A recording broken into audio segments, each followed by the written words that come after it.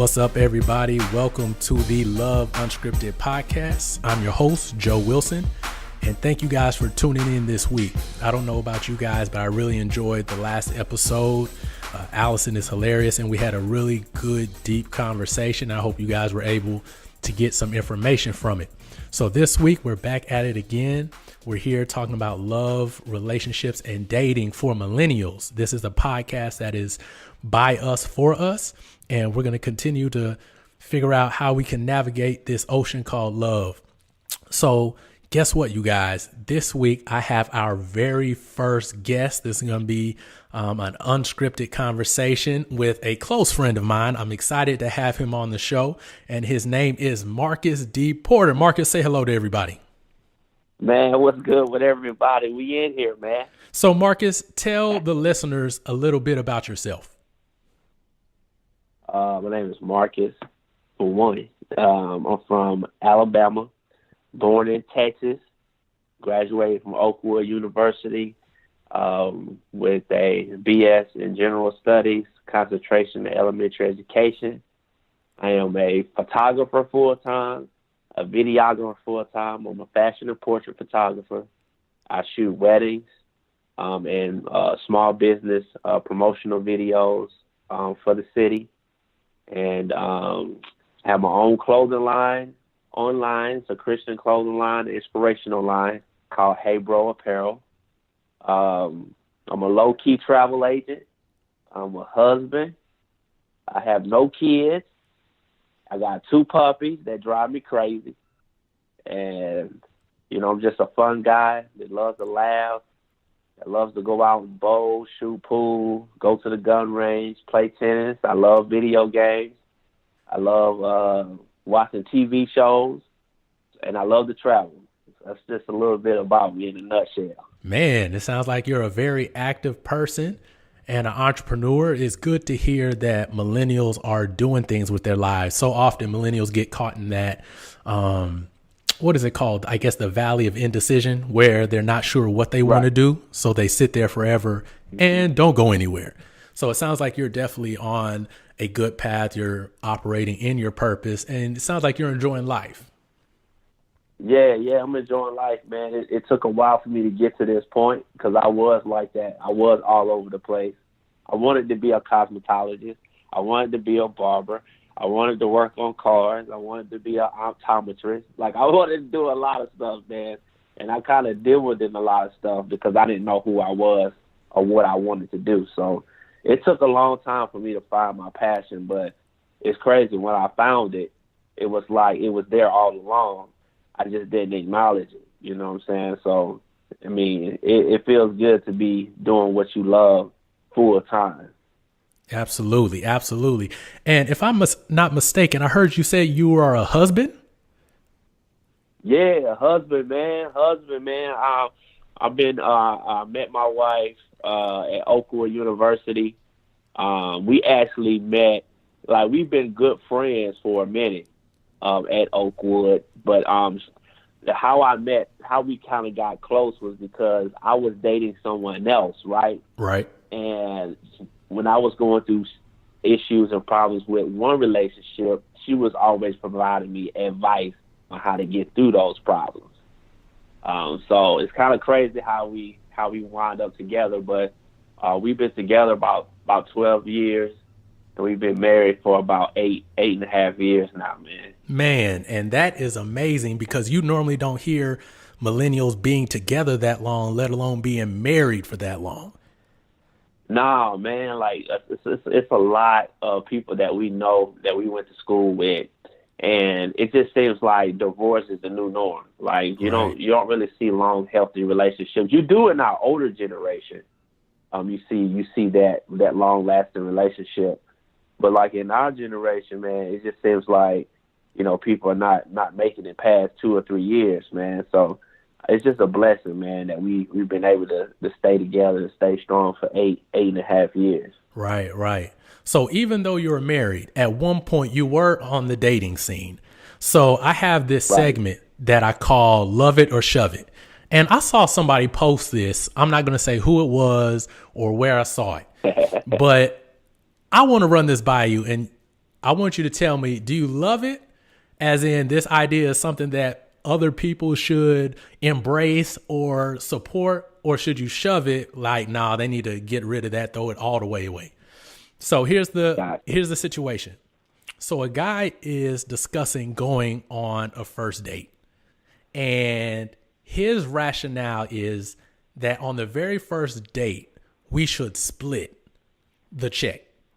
And his reason is he does not want to take away the woman's sense of independence and trying to be too much of a dominating male figure at the beginning. And he doesn't want to seem oppressive, like he's trying to take away all of her rights. So he feels that on every first date, we should just split. So what do you think about that? Should we love it or shove it? Man, I think your man is soft, man. He's soft. You should shove that piece. You should shove it, bro. So explain, why do you think he should shove it? Because what he said is he's not trying to take away a woman's independence. Yeah. I mean, I get it. I get him trying to be considerate, you know what I'm saying, thoughtful, take a little initiative. But at the end of the day, man, you are a man, you are a gentleman. You know what I'm saying?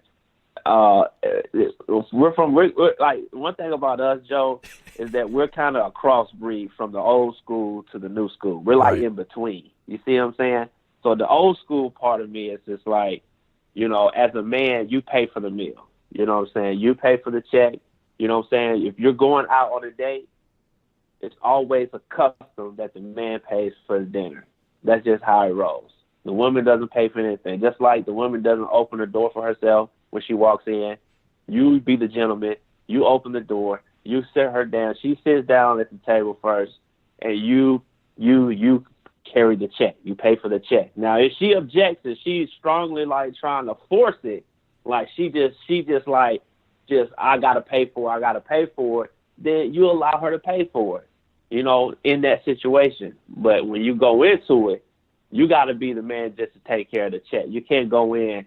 That's just too much, man. You're already starting the date wrong. Right. You're trying to do too much. That's definitely a really great perspective. So guys, what do you guys think? Do you guys love it? Should the guy be more considerate and allow the woman to express her independence by paying for the first check? Or do you feel like this guy is completely wrong, being cheap, busted, dusted, disgusted, can't be trusted? Y'all let us know on the Instagram page, on the Facebook page. We'll have that up there for you guys to share your thoughts. So Marcus, please let us know. Right. So Marcus, we're going to get into our topic for today. And as I said, we're talking about dating and relationships. And one thing that I think really trips up a lot of opportunities for a long lasting relationship is in the beginning stages when you're first trying to date. And it can be as early as that first date, whether or not you guys are getting off on the right or the wrong step. So I read an article this week that gave top 10 dating mistakes. So we're going to go through them. I'm going to say them and you're just going to give me some of your feedback. Since you're a millennial, you've been through the dating game. Maybe you can provide the audience with some insight on some of these mistakes. Okay.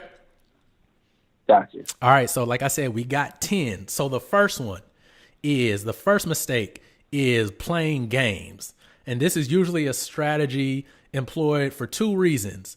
One, the person may be trying to protect their ego, or the second one is they are just unsure of what they're doing in the dating scene. So what do you think about playing games? Playing games? Like, well, why would we want to play games? I mean, it's common. Is it playing games like you're just not sure what you want to do and you're going back and forth with your decision making? When I hear playing games? When I hear playing games, I think of you'll call them, you'll be texting them 3 days straight, and then you'll go ghost, and then they'll show back up like, hey, well, what you doing? Like they're not supposed to like account for all the time that they've been missing. Or they'll be like, I kind of like you, but now I'm just friends. But now you're texting me at midnight talking about, oh, I miss you and things like that. I consider those to be games. Yeah, those playing games, man. Because, like, that just shows me when you're playing games like that, that just shows that you're not solid in who you are yet. You don't know what you want in life. You don't really know yourself, and you're just unsure. You're undecisive, and you're not a person that's sure on his word. Like, you don't let your yes be a yes and your no be a no. And so that person needs to kind of like find themselves out. They need to, just kind of, and it takes time, and it takes a lot of meditation and self-reflection, to ask yourself, what is it, who am I? Like, what is it that I want out of life? What is it that I want to become? Like, what type of woman do I want? Just asking yourself questions and answering those questions and just writing down a plan as far as in life. What is it that you want out of life? What do you want out of yourself? What type of woman do you want to be or man that you want to be? Because a person that's playing games, they texting 1 minute, not texting, or calling a girl, or all of a sudden you're in the dating scene, you want to date this chick, but then all of a sudden you go cold.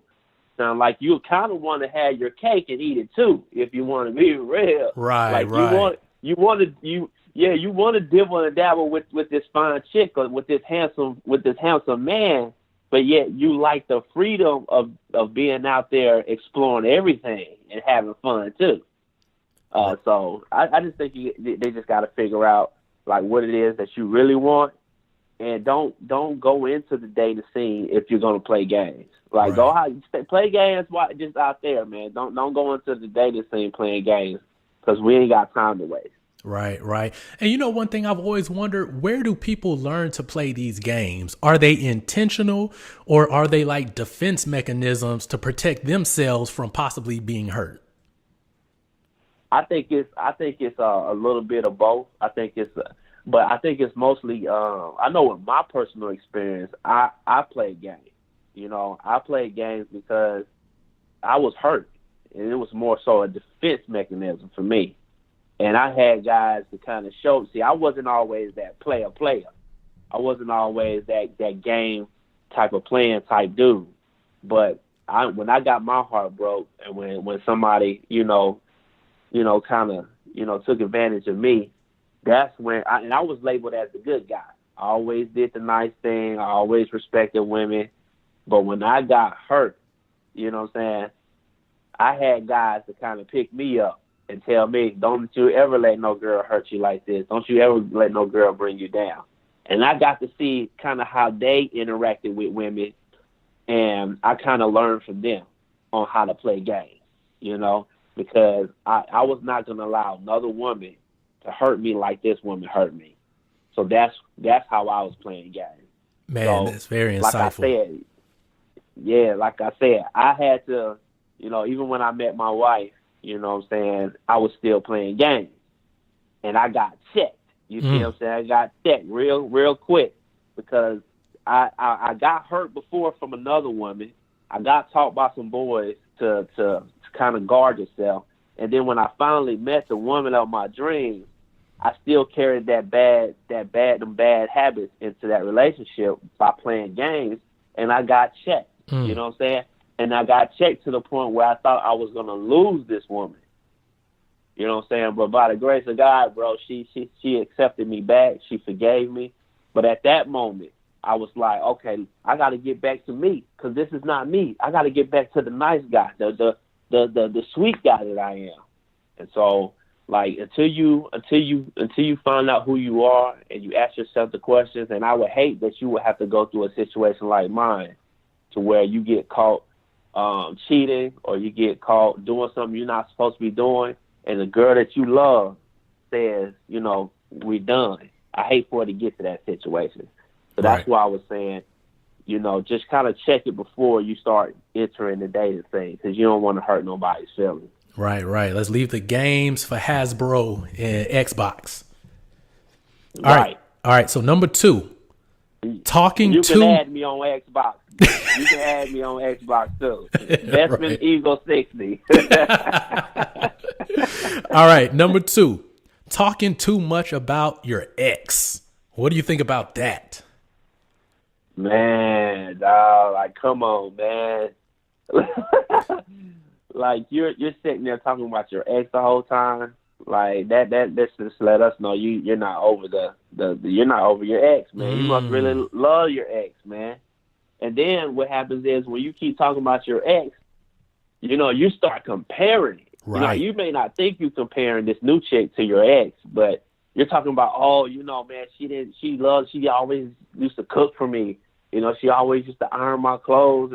And so the new woman that you're meeting with or dating, she's like, well, dang, I need to make sure that I iron his clothes, or I need to make sure I cook for him. So it's like you're putting a whole bunch of expectations on this new person in the dating scene when you're talking about your ex, and you're making that person feel insecure. Right. So I don't think that's healthy, man. And it could be annoying. Like, have you ever been like dating somebody and they're like, oh, my ex used to do this, or we used to do that, and you're like, well, I'm not your ex. I don't like those things, so I don't feel like going to do that. And like you said, it puts a lot of expectations on people to do things that someone else used to do when you're trying to create something new. Right, exactly. Yeah, I just start daydreaming. I just go off into another world. So you literally like will check out when they start doing that. Yeah, check out, man. I'm checking out. Right. I ain't got. If you talk about your ex, then this relationship is not ready to move forward. Right. It's just not ready because you still haven't got over that. Like you still love that person. That's all you're talking about. You know what I'm saying? You real hurt by it. So it's just like and I think X comes up in its own time and fashion. Like, cause you don't bring it up just to bring it up. You don't bring it up at all. You know what I'm saying? But your date may say, so were you in any previous relationship? Right. Yes, I was. You may not want to expound on it, but you'll say, yes, I was in a previous relationship for 3 or 4 years. And then give that person the opportunity to say, well, what happened? And then you can kind of like lightly expound on some of the things because that person is showing interest in your previous relationships, maybe for information or to learn more about you and what happened, or they're looking for patterns to see if you have any patterns that you're carrying over. But don't just like out the blue just start talking about your ex, man, and just going on and on. Right, because there's a healthy balance to it. It's part of the dating experience. People are going to have exes and they're going to come up, but it shouldn't be overdosing with it. Like they shouldn't come up in every other sentence. Anytime y'all about to go out and do something, it shouldn't be attached to your ex. And like you said, a lot of times it's connected to them not being over their ex.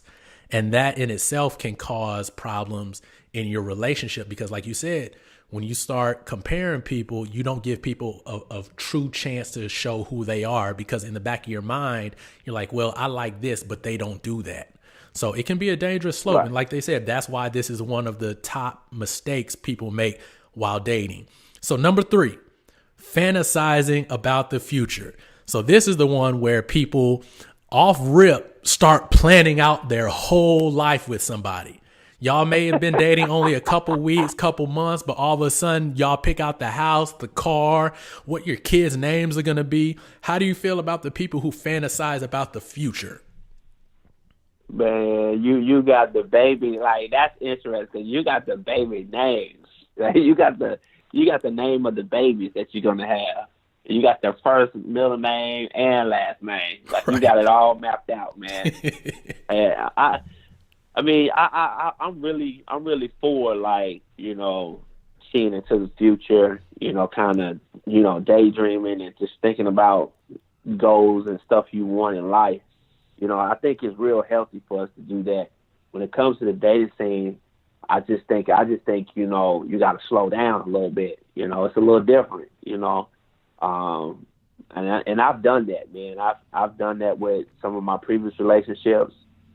A couple of relationships particularly, and we planned out everything. I mean, my first love, man. We were supposed to get married. You see what I'm saying? We planned it all out. Like we had everything listed out. We knew what we was gonna do. We knew where we was gonna stay, what house we was gonna do, what jobs we was gonna work. Like we had everything mapped out, man. And we had that mapped out within like, a couple months. And Lord behold, the relationship didn't last. And all that energy, all that time, to me, kind of felt like it was wasted. You know what I'm saying? But, Right. you learn from those moments. You know what I'm saying? And also I learned about myself and what I really wanted out of life. You know what I'm saying? Did I really want to have kids? Did I really want my kid name to be Shanquisha? You feel me? Like, Right. you start to think about these things. So I think when you're dating, like, give it some time. Like, be patient. Like, don't rush into it and try to figure out where we're gonna be. Like, I remember talking to a therapist, and she was telling me how I needed to stop thinking so much in the future, because you start thinking about the future so much, to where you keep living in the future, to where you'll put things on reserve in your present, and you forget to enjoy the present. And so, like, it's good to plan for the future, but when you overjump and you overly plan and you're just excessively just trying to get things in this, you miss out on, like, key moments in your present. So when you're in the dating scene, just enjoy each other. Learn about the person. Don't try to jump the gun and try. It's like steps to this, bruh. Learn about the person. Learn the likes, dislikes, the favorite color. Like back in the day, Joe, what's your favorite ice cream? Like, you like cookies and cream or cookie dough? Yeah, the simple things. I'm a butter pecan man, but I'm a butter pecan type of guy. But just take it slow, man. Take it slow. Learn about the person. And, that phase of planning for the future is going to come in this time. Just don't rush it, man. And it's okay to ask, like, do you see yourself being married someday? Or how many kids do you see yourself having? It's okay to ask those questions, but you ain't got to overly do it and sit down and plan your whole life. You feel me? Right. Because like you said, if this is the person you're going to be with. Right. Like you said, it takes away from enjoying the present, and you don't get a chance to appreciate the small details about the relationship. You go far off into the future and you have no idea what's going to happen in the future. You have no control over the future. Like, you have no idea where you're going to be or how you're going to get there.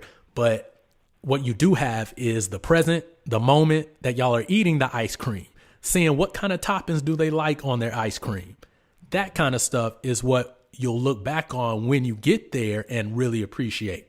So I got number 4 for us. Here's number 4. You ready? Yeah, I'm ready. Okay, this one is people obsessing over details. This one is common for those people who worry too much when they're dating. It could be a general habit for them, but now it's turned into the main subject of the relationship, worrying about what someone said or what someone meant by what they said. What do you think about the people who obsess over details? Obsessing over details, man. Yeah, these some serious mistakes, man. If you want to really mess up a date, do all of these mistakes, man. And this would not be a successful one. But obsessing over details, I mean, like, that's you can at times become a little too picky. You know what I'm saying? And I know with us, we want a particular person. We want them in a particular way. We want their tie to be straight. We want them to look a certain way, their haircut to be a certain way. It's just like we can. If you look at the negative things in life, I'm pretty sure you will find something. I'm scared of spiders, man. I hate spiders. I hate bugs. When I'm in the house, you know what I'm saying, I just hate those jokers. But I notice sometimes, like I got bit by a spider once. And when I got bit by the spider, after I got bit by the spider, I was going around the house looking at every wall, I was looking for something. I was looking for a spider, Joe. I was just looking for one. And the thing about it is, Courtney would say to me, or my wife, she would say, all right, man, you keep looking for something, you're going to find it. You're going to find something. Ooh. And, sure as I did, I would find a spider here, I'll find a spider there, I'll find a little spider there. And that's the thing, man, when you in dating, bro, and you're obsessing over every detail, if you're looking for it, you're going to find it, man. You're going to find it. You're going to see every little crevice. And that's the same thing about yourself. If another person was to reverse the script and look for every detail in you, they're going to find a lot of flaws in you. So I always try to stay on the positive side. You know, those negative things will come to light, and you have to figure out what to do when it does. But don't sit there, you know, while you're dating and try to look for every single negative thing in a person, every flaw, every detail. Like I said before, Joe, enjoy the moment. You know what I'm saying? Just enjoy, laugh. If you're laughing, don't be looking at his teeth trying to figure out, okay, is it rotten, or is he missing a teeth, or is his head shaved? Is it properly lined? You know, don't look for every single thing. Just enjoy the moment, have fun, talk about the positive things, and then as the date progresses, those things will come to light, and then you have to kind of assess when those negative things or details come to your notice. Got you. So focus on the positive. Whatever you focus on, you're going to find. So if you want to find stuff wrong, you're going to find it. But the reverse is also true. If you want to look for positive, encouraging things about somebody, you'll also find those. So just kind of flipping that mindset to focus on more positive things rather than these details that are like, man, why do they do that? So that's really helpful. All right, number 5, ignoring red flags. I don't know why, but I feel like, I don't know, maybe it's from the outside looking in, but when people tell me about their bad dating experiences, I'm always thinking in the back of my head, well, you told me that they did this thing multiple times. How did you not know this was going to happen? But so many people ignore the red flags. What do you think about that? Oh man, you got to pay attention to the red flags, man. Because as a human, you know, you got to kind of assess, you know, and that's the thing that me and Courtney went through. You know, when we date, we put on our best performances. You know what I'm saying? We dress the best, we clean up the best. Our talk game is even different. You know, we talk differently. We don't slur our words. We don't use and like we get all proper when it comes to dating. Like, we put on the best shiny self that we can possibly put on. But I think with that, you know what I'm saying, over time, you just kind of got to, you know, hold on, let me see something here. Okay, yeah, my bad. Yeah, you can't just obsess over those little things like that. I'm losing my thought. What was that? No, we're talking about red flags. So, Marcus, I'm going to ask you something. So, one thing that I see with a lot of people where they get, where they don't pay attention to the red flags are when someone is highly attractive. So for a guy, if she looks like the bomb, like she's fine from head to toe, if the he's tall, dark, handsome with a 6-pack, for some reason, people will overlook red flags because of attractiveness. So what do you suggest for people who get caught up on, man, yeah, this may be a little bit wrong, but they're super fine. Like, how do people navigate that, and how can people be aware of these red flags even though they feel the person is extremely attractive? Oh yeah. So I mean, we can get real caught up in the looks and what in the nice package the person has, but I think it just comes with learning about the person, because I think, you know, you can have a fine person, they can have the 6-pack, they can have everything together, but when you get married, they got a bad attitude, or, you know, they don't know how to really communicate. You know, they can have a lot of bad tendencies, a lot of bad habits that you overlook because you were so focused on just looks. You were just focused on the 6-pack, or you were just focused on, you know, the pretty teeth, or some type of physical quality. Like, the love and dating, and especially when you get married, it's more than just the physical aspect. Because when the physical aspect is taken away, are you going to love your spouse differently because they don't look good one day? every day your spouse is not going to have makeup on. Every day your spouse is not going to have that six-pack. So when that six-pack goes away, are you still going to love that person the same? And that's why we have to kind of get beyond, just what we see. And we have to kind of notice and ignore those red flags so we can kind of learn more about that person. So that's what I think. We should learn more about the person, not about the physical qualities, even though we got to be attracted to the person. Don't get me wrong. We got to be attracted to the person, but don't let physical appearance be just the only thing. Like, kind of learn more about the person, so you can see, how you can handle those red flags. And they have to pay attention to them because they're there for like a reason. People really show you who they are by their actions. Like if they're late to the date, the first date, how do you think they're going to be going to the next date? Or when you guys try to go to another event, they're most likely going to be late. If they're going to be late for what you consider to be an important event of y'all two meeting up, when it come time for them to meet your father or your mother, if they're going to be late, that looks bad. And just because they look a certain way, they shouldn't get a pass, and we shouldn't just look past it. Because whatever you tolerate when you're dating, it's going to carry over into the marriage. Like you saw it ahead of time. Yeah. So you're going to have to either. That's what I want. Right. You're either going to have to look past it or you're just going to have to put up with it. But the thing is, you don't have to put up with certain things if you recognize it when you're dating and move past those red flags and just pay attention to them.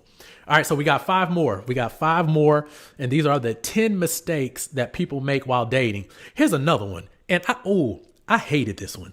So interrogating your date, not just the simple 21 question games. I mean, like, who did you do this with? Where were you at this time?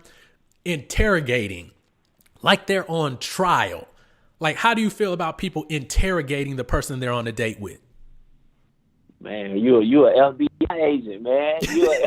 You with the FBI, CIA on the scene. You might as well just give you a badge, you a gun, and a little notepad, and you can just take notes. Or you a reporter, you just taking all kind of questions, notes down. Like, no, man, you don't just sit there and ask a female questions or ask even a guy questions. You know what I'm saying? Just like if you interrogating somebody, you're basically running that person off, man. And it also shows that it just shows your intellect too. It just shows that you don't know how to hold a conversation. Ooh. You know what I'm saying? You just want to ask questions, but you don't want to converse back and forth. And so having a good date is being able to have a conversation. And when you ask a question, and sometimes it's not even about asking a question. You can ask a question by you're answering the question yourself. Instead of saying, what's your favorite ice cream? You can say, man, this dessert is good, man. My favorite ice cream is such and such, man. I just love how that tastes. And she may jump in and add what hers is, or he may jump in and add what his is. Or if not, then you can ask the question. It's like different ways you can ask a question without asking a question. And so you don't sit there and just stare at somebody and just interrogate them with numerous of questions, because it just shows that you just don't know how to have a conversation. And we have to get out of that, just converse with the person back and forth. Right. And obviously, if you guys are on a date, there's something that you like about each other, but you don't have to know every single detail. So, Marcus, do you think there are some things that you probably shouldn't ask or inquire about on the first couple of dates? Well, first of all, you shouldn't ask their age. Coming from a man's point of view, you don't ask a woman her age. You know what I'm saying? You should know your common sense wise, kind of around the age she is. You shouldn't ask her how many for any spouse, for any couple, male or female. Don't ask them how many people they slept with. Oh, not the that's body count. That we hear. Yeah, that's something we hear, Joe, a lot. Ooh, like, man. How many women you been with? How many men you been with? And feelings get hurt. Like, come on, guys. Right. Let's not go that route. You feel me? Let's not go that route. I think first date questions, just don't be asking like how many kids you want to have. those little things, unless it naturally comes up, that's just not something you want to be asking right away. So that's a couple of my pet peeves, man. Got you. And that's definitely something that happens a lot, is people ask 1,000,001 questions because they want to know so much without taking the time to just get to know the person on a friendship level. I mean, people skip the friendship level in relationships, and I'm pretty sure you don't go drilling all your friends about these kind of questions when you guys are like starting off. So yeah. One of the top 10 dating mistakes is interrogating your date. Number 7, the avoidance of intimacy. And in this article, it's using intimacy as a form of commitment, not sexually, but the closeness and the ability to share moments in time with people. People are avoiding intimacy in dating. So what do you think about that? Yeah, I think intimacy is very important, man.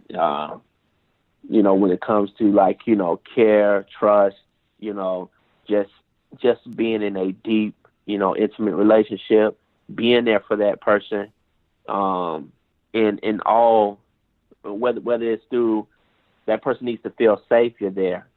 That person is going through some type of fear or some type of depression or trauma, or if they're some type of happy event, whether they're graduating from school or their mom is in town.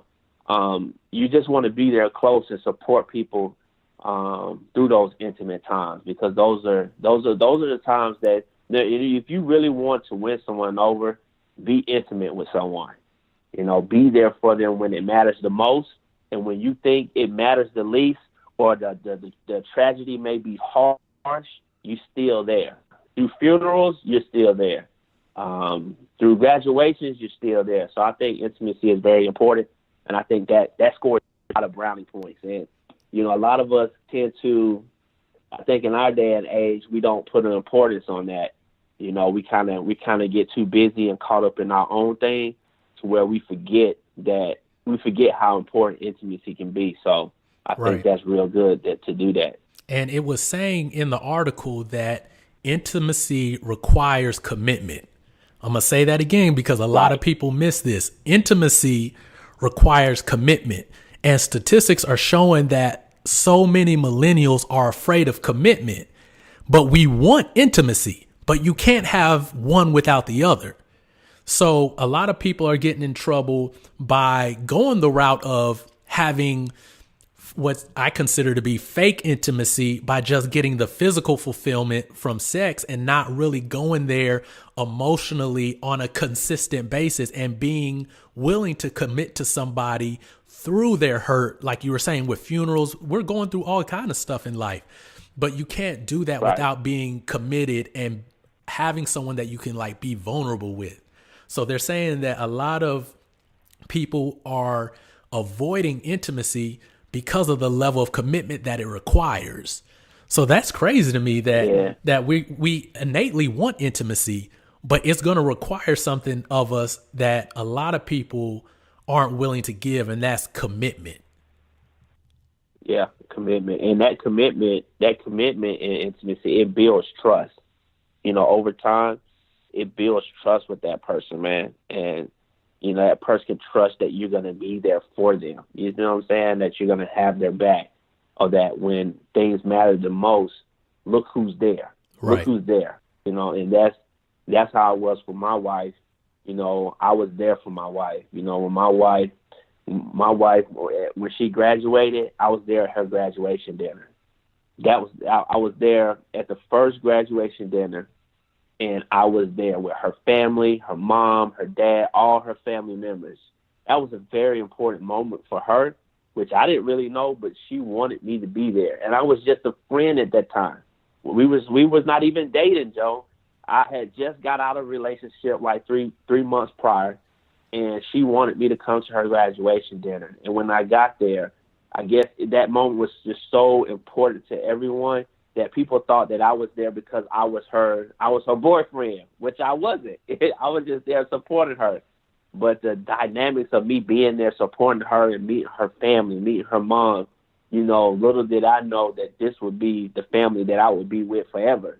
And being there when her father passed, just being there for her. And this is before we got married, just being there for her through the ups and the downs, just to see that someone's there with you through the fire and through the good times. That just lets that person know, like, okay, this dude or this girl, they committed to this relationship. They committed to me and my feelings, and committed to me emotionally. And it builds a deeper trust over time to where a person can say, I trust you. Absolutely. So we're going to move on to number 8. These are the 10 mistakes people make when dating. Number 8, we have the rush in, rush out. So you're quick to get in a relationship or you're quick to get out. How do you feel about those people? Ooh, man, I don't know. You're quick to get in and you're quick to get out. Like, what's the reason? What's the reason for you jumping in the relationship and then jumping out? Like, that's a huge mistake, man. Maybe you jump in the relationship because you're tired of being alone and you're tired of being by yourself, or you're missing the relationship things that people do. Maybe you're watching people on social media and like, oh man, that's cute, let me get in a relationship. And then you get in a relationship, and then when you're in a relationship, you're like, man, I kind of enjoy the single life. Like, I want to kind of date more. I kind of want to, hang with more women or hang with more men. I just want to be free. So you jump out. Maybe that's the case. Or maybe you jump in and jump out because you're scared. You're nervous. You're just not sure. Or you're reminded of a trigger from a past relationship, and you get like, oh, no, I see a red flag, and then you like, I'm jumping out. Then you do the same thing over and over again, and I think that's what we were just talking about. When you get into relationships, you have to give it time to brew. Right. You have to, and first of all, you shouldn't be getting a relation. Like, if you're jumping in and out, you're not giving it time to, like, you're not giving yourself time to work through problem solving. Right. So it's like when a problem comes, you jump out. And I'm gonna tell you one thing: marriage is not a thing where you can jump in and jump out. This ain't jump rope. You know what I'm saying? This ain't Scott. This ain't what's it? Skid, double Dutch. The jump rope. They got the two double Dutch. This ain't double Dutch. You can't just jump in and jump out when you want to. Marriage is long term, bro. Like, in our day and age, as far as like coming from our points of view, like when you get married, divorce ain't an option for us. Like, for me and my wife, divorce isn't an option. We got to work through it. We got to figure it out. And I think that's what's going on in this day of age, because you started that habit so young of jumping in and out. Now that when you get married, you want to jump in and out of marriages and divorce, increasing the divorce rates because you're not willing to problem solve and take that pain, take that hurt like a woman, take that pain like a man, and say, you know what, I feel bad, I'm hurting, but you know what, I still love you and I'm going to get through it. But you're jumping in and out because you're like, I'm hurting, I'm going through this pain, I don't want to deal with it no more, so I'm running away, I'm jumping out. Then when you heal, then you're like, okay, I'm going to jump back in a relationship. And that's not going to happen when you get married. Right. And it's like you're building bad habits from, like, you're not sticking anything out. Either you're the type that wants to keep jumping in so quick that you don't give yourself time to reflect on what went wrong in the past relationship, or you're always trying to get out where you don't want to stick out through the hard times. And like you said, problem solve. And when you get to the like we said, when you get to marriage, like, it's no just jump in and jump out. You guys have to stick it out through some tough times. There may be times you want to jump out, but you because of the commitment, like we said, commitment and intimacy kind of run together. Because of the commitment you have to each other, you guys aren't going to just bail on each other because things get tough. But you can't do that. You can't persevere if you're so used to jumping in and jumping out of something. You have to have some level of consistency somewhere in order to build up that endurance. Like, you got to build tough skin in this. Like, this love is no joke. Like, it gets brutal sometimes. Yeah. And if you run from every challenge, you run from every difficult conversation, you won't be able to have anything sustainable and anything that will last. And that's definitely one of the mistakes I see people making. So I'm going to move on to the next one. Number 9. not being honest about your needs. So this is the people where you like somebody, you're so glad that you guys are dating, but you don't want to say or do anything to make them mad or to view you as being difficult. So you completely like disregard your needs. So how do you feel about that mistake? Yeah, I mean, I've been through that myself, and because I don't like people to help me. I don't like people to, help me with anything. And, you don't want to feel like you have to depend on someone else. And I know that's the case for men. Men don't want to have to depend on women for anything. So that's for them mostly. And then, some women are, in this generation are more independent, like they're doing things on their own. We have women who are head of households, well, not head of households, but they're making more money in the households. They're bringing in the money, and maybe the husband's not. So I just think it's important to just support each other and just be there for each other. That's what I feel like. So pretending that everything is okay is in fact not okay. Right. We all got needs, and we have to just be there for each other. Just realize that you just can't do everything on your own. You know what I'm saying? And I think especially with dating, it shows that you're opening up a deeper side of yourself when you say, I need help or I need this. Because when you get married, you're not gonna. Because when you're married, it's very important for you to communicate what you need. Because if you don't communicate what you need, how does the other spouse know what you need? And then if you don't say it and they can't fulfill it, then you go out and you try to get it in a different way or a negative way. And one of the best ways that I can say is if you're not asking your spouse for that physical intimacy or that sex, how does she know that you want it? How does she know that you need it today? Right. But then you keep staying silent to yourself that, hey, you don't need it. You're not going to ask for it because you're pride. But then all of a sudden you get tempted to look at other women or other men doing things that you're not supposed to be looking at. And so that's an example to where when you don't communicate your needs, it can lead down to to where you're starving yourself for something that's really good for you, but you're not communicating it. And I know within business, it's always said that you can't do it all by yourself. Right. And that's the same thing with relationships. Don't feel like you can just do it all by yourself. Open up and communicate what you need, because that person will enjoy it. They would love helping you out, Right. And so we got number 10. This is the last mistake on the list, but I'm sure it's not the last one that people will ever make. But it's sacrificing too much to get in the relationship. If you find yourself doing these things, if you find yourself doing things you would not otherwise do, or you find yourself bending over backwards and end up hurting your spine in the process, you are on your way to becoming a personal doormat. So how do you feel about people who are sacrificing way too much in order to be in a relationship? Yeah. You don't want to sacrifice everything. You want to kind of keep some things to yourself. And just don't put everything in the pot right away. It's like I say, it's a slow process. It's a process to be enjoyed, and you should take your time learning about the other person and giving what you can, but not giving everything. And you have to kind of. I think it's a trust thing as well. It's a learning process to where over time you trust, you give, and you kind of space things out.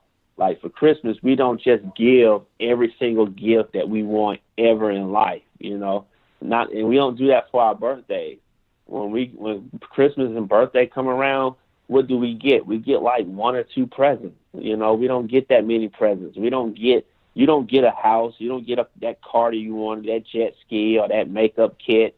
You don't get everything in one Christmas. Like you got like a whole bunch of Christmases to see by the grace of God. But you don't give everything in that one. It's spaced out. And that's with relationships. You don't give everything in just that first dating scene or that first date.